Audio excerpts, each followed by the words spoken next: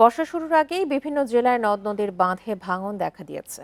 আতঙ্কে দিন কাটাচ্ছেন সাতক্ষীরা, শরীয়তপুর ও কুড়িগ্রামের নদী তীরের বাসিন্দারা। এরই মধ্যে বিলীন হয়েছে বসতঘর ও ফসলি জমি সহ নানা স্থাপনা।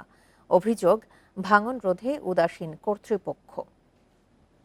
বান্ডেল থাকলে প্রতি সেনমানিতে টাকা বাঁচবে। বিকাশ সেনমানি বান্ডেল কিনে জিতুন প্রতি লেনদেনে। ভারত বাংলাদেশের সীমান্তে ইছামতি নদীর কিনারা ঘেঁষে সাতক্ষীরার দেবহাটা উপজেলা। বর্ষা এলে আতঙ্ক বাড়ে নদী পাড়ে।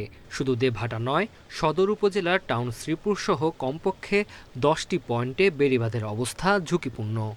যদি এইভাবে ভাঙতে থাকে, সরকার যদি এটার পদক্ষেপ না নেয়, তাহলে মনে করেন আরো হুমকির মুখে পড়তে হবে। আমাদের এই জায়গাটা খুবই ভালো করে একটু মেরামত করে দিক, বা যখন টেকসই করে দিক, মানে যখন বর্ষাকাল আসে আর কি।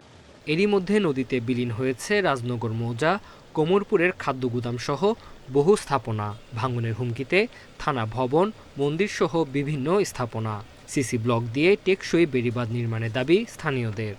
পানি উন্নয়ন বোর্ডের একটি প্রকল্প প্রস্তাবিত আছে। আমরা আশা করছি শীঘ্রই প্রকল্পটি অনুমোদন হবে।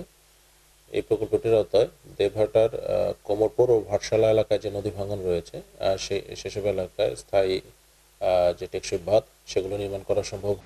গেল এক মাসে ধরলার ভাঙনে কুড়িগ্রামের রসুলপুরে ভিটে হারিয়েছে অন্তত 50টি পরিবার। ভাঙনের হুমকিতে মসজিদ, মাদ্রাসা সহ শিক্ষা প্রতিষ্ঠান। একই অবস্থা দুধকুমার পাড়ের যাত্রাপুর ও গঙ্গাধর পাড়ের বেশ কয়েকটি এলাকা। পানি উন্নয়ন বোর্ড ভাঙন প্রতিরোধে ব্যবস্থা নিলেও তা কার্যকর নয় বলছেন স্থানীয়রা।